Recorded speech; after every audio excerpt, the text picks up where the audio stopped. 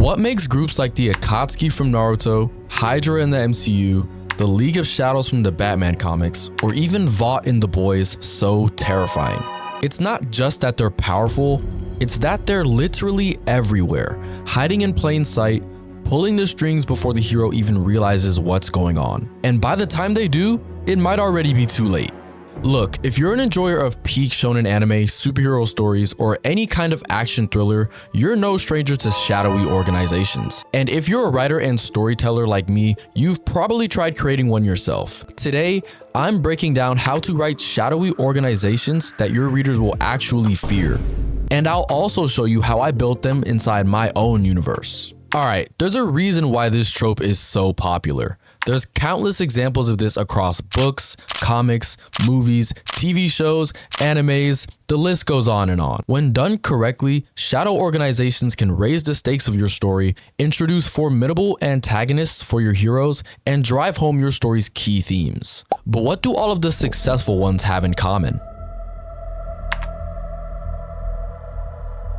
No matter how strong your protagonist is, they can't punch their way out of this one. Well, maybe if they're Goku or something. Could Goku solo the entire league of villains from My Hero Academia? I don't really know. Let me know in the comments what you guys think about that. Anyways, shadow orgs are never just one villain. They're made of layers. Think of a pyramid. There's henchmen at the bottom, lieutenants in the middle, and then there's the mastermind at the top of the pyramid. In fact, let's look at the Akatsuki in Naruto. Every member was basically a main villain tier on their own. Or Hydra in Marvel. Even when Cap beat Red Skull, the group didn't just die off. It literally came back stronger like 60 years later. And speaking of Hydra, that's one of the best names for a villain org because it's just so fitting.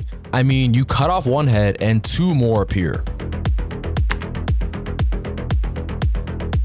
These groups aren't just random bad guys teaming up to beat the hero. If that's all your org has going for it, that's pretty boring. The best examples of a shadow organization often form without the hero even being thought of. They usually unite under a common goal or philosophy. The League of Shadows in Batman Begins saw themselves purging corruption. The Akatsuki in Naruto said they wanted peace even if it meant violence. And Vought in The Boys claims to protect America with their totalitarian and militaristic ideals, but it's really about corporate control. The best shadow factions aren't cartoon villains twirling their mustaches around, they're fueled by beliefs that make them think they're in the right, and sometimes that's what makes them the most dangerous. Yeah. It's literally in the name, but you'd be surprised to see how many people get this part wrong. A good shadow organization isn't scary just because they fight in cool masks or they have matching uniforms. They're scary because they manipulate. The Court of Owls in Batman made Bruce doubt if he even knew Gotham. Hydra's infiltration of S.H.I.E.L.D. made heroes question everyone they trusted, including themselves. And in Attack on Titan, the military police and the secret royal faction warped the truth of their world for generations. That's the true fear. They don't just fight the heroes, they twist the reader's perception as well. A great shadow org often forces this question: who can I really trust? Quick side note, here's what not to do. Don't make your shadow organization just faceless goons with no plan. You can have faceless goons for the protagonist to fight, but they need to feel part of a bigger goal. They also need to be locked in on the mission, from the lowest henchman to the big boss. If the reader knows the hero can beat them all in just one fight, they're not very scary or formidable. A throwaway secret cult that exists just to get beaten down doesn't stick with anyone.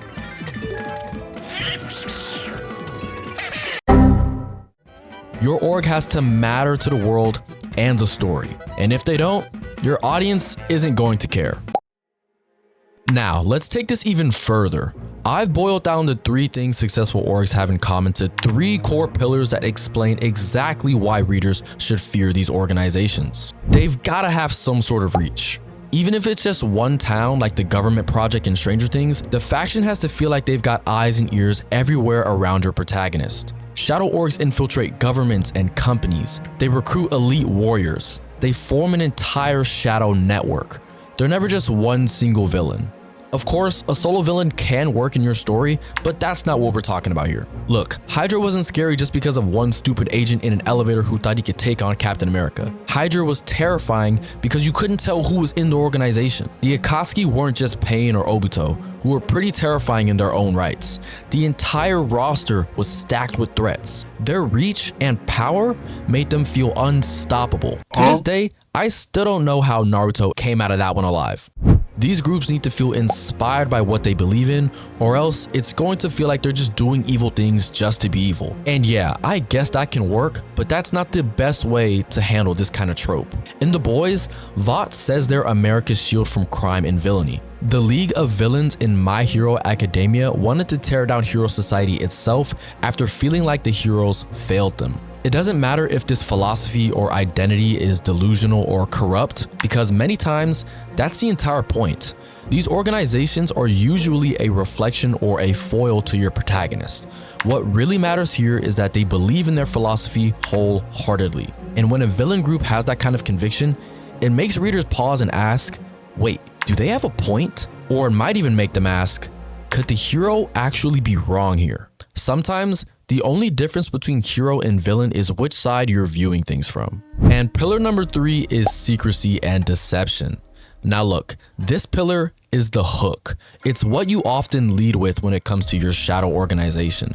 The cool masks, the badass code names and uniforms, the hidden leaders who've been in plain sight the entire time.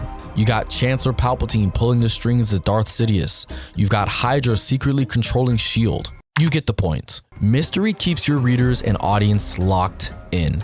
And when that mystery finally unravels, it hits like a gut punch.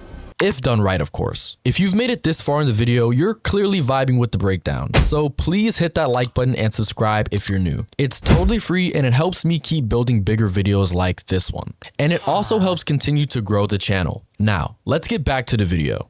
So I've shown you how other creators and other stories do it. Now let me show you how I do it in my Eternal Keyverse, my massive world building project. Meet Nemesis, a bioterrorist organization led by primes, which are humans who have evolved with superhuman abilities unlocked by an experimental element called primonium. Nemesis doesn't rely on corrupt governments. In fact, this is part of their entire philosophy, which I will get into next. They move independently by infiltrating corporations and laying traps for the heroes. In fact, that's one of the major plot points of Red Skies, the first book in the Prime Archives. As the story progresses, we meet more and more villains and see just how deep Nemesis gets. The heroes ultimately feel like they can't compete for multiple reasons.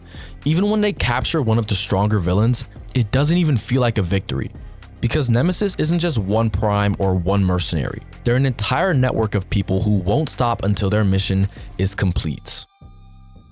Now, when it comes to Nemesis's philosophy, I think this is the most interesting and important part of the entire organization. Led by Klaus, an ex-geneticist turned supervillain after discovering the existence of primonium and primes, he believes awakening every prime will lead humanity into a golden age. Certain events in his backstory lead him to distrust the world's government and society as a whole. As a result, he believes it all needs to be burnt down and rebuilt, with primes at the top, of course. Nemesis operates under the Darwinist ideal of survival of the fittest, and if Nemesis manages to complete their mission, primes will emerge as the strongest. They're the next stage of human evolution, and Klaus believes the strongest should lead. Nemesis sees themselves as saviors of the world, which makes them that much more terrifying.